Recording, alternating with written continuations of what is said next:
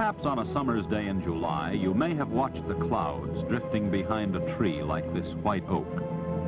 And as you saw the new leaves moved by the wind, you may have wondered how they could so soon have grown from the tiny buds of winter. So here are the opening buds of the white oak tree, recorded by time-lapse photography, so that in a few seconds you can see what actually happens during 2 or 3 days of growth. Moving pictures are shown at 24 separate frames per second, which gives the illusion of motion. But these time-lapse pictures are spaced 5 minutes apart, so that when shown 24 per second, the action is speeded up about 7,000 times. Here is an opening bud of white ash, another of our important hardwood trees. Because it takes several days for growth like this to develop, we cut twigs from the trees and bring them indoors, where we place them in water and give them constant lighting so that they can be photographed. You have now seen how different the white oak is from the white ash. This tulip tree bud shows still another of the beautiful growth patterns of nature.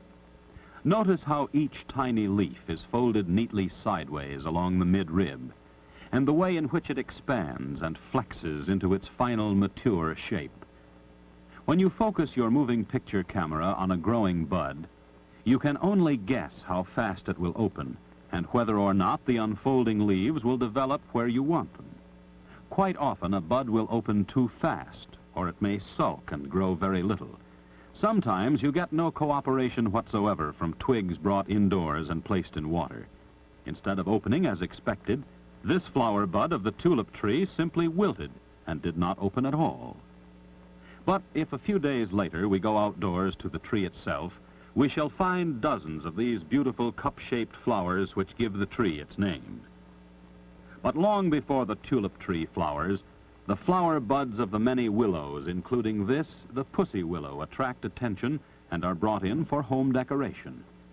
Most people think of these as just pussies, but if you watch them through the weeks as they slowly develop outdoors, you will find that a pussy is really a cylindrical cluster of many tiny flowers. On any one tree, they are either all male, like these, which you see developing pollen, or all female, which are not shown in this film. In the willows, the male pussies, or catkins, are of special interest because they not only provide a beautiful display against the blue sky of the early spring, but are also extremely important to the honeybees.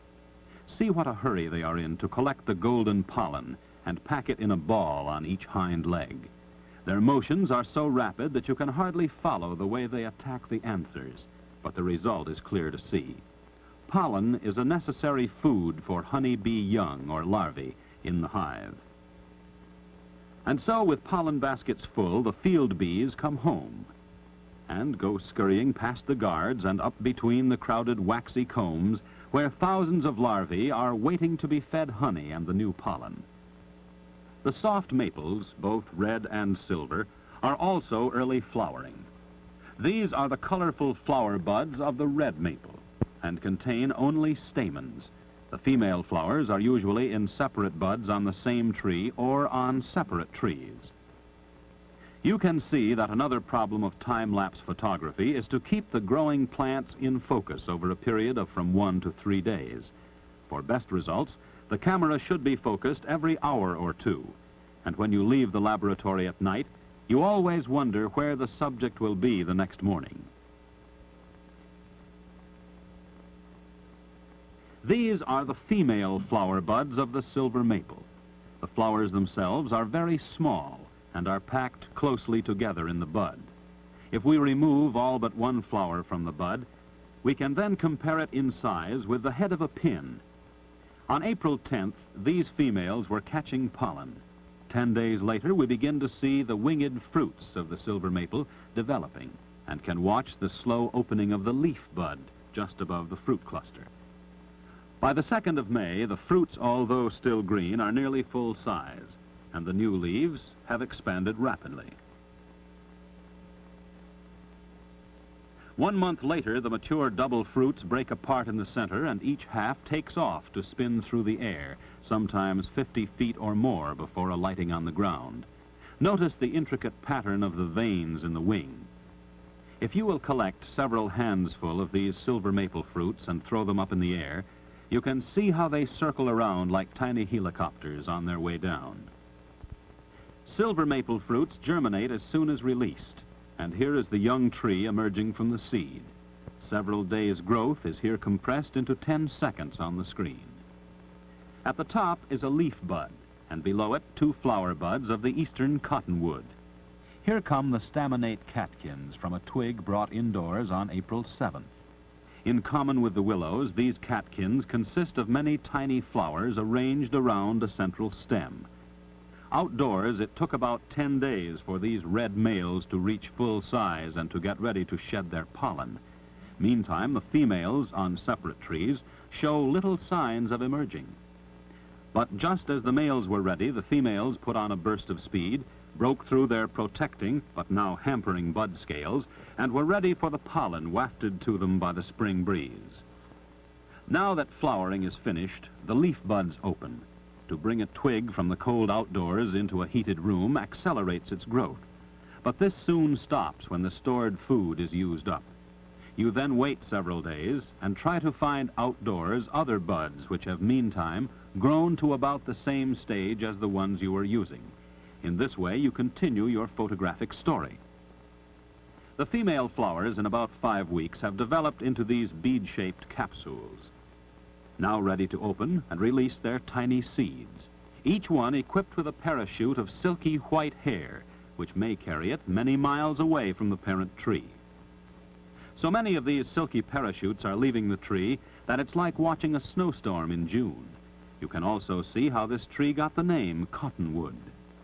Cottonwoods are especially common on river flats because the tiny seeds have very little reserve water and must soon land on a moist place or they will die. Near the tree, masses of the cotton may be trapped by grass and weeds. The cottonwood tree is quite common in the Great Plains states, and the Western Indians used to collect the cotton for stuffing pillows. Masses of cotton may drift on the water of nearby streams, become lodged on the edge of a sand or mud bar, and so be in a perfect place for the seeds to grow immediately. Now you can see how small these little seeds really are by comparing them with the size of a common pin, and you can also witness the birth of a tree, and how one tree emerged normally, but the other one got tangled up in its own parachute. The growth which you saw took place in about 2 days, but even a week later, the tree on the left was still hopelessly tangled and did not develop normally. It takes 2 years for the seedlings to grow into a form which most people might recognize as a cottonwood tree. The magnolias are among our most beautiful flowering trees.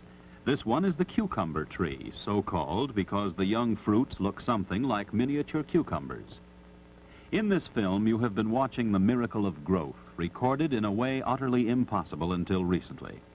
The scenes you have viewed have never before been seen by the eye of man, and will never be recorded again, either by this photographer or any other photographer. Even though nature's patterns are similar, each individual possesses unique characteristics.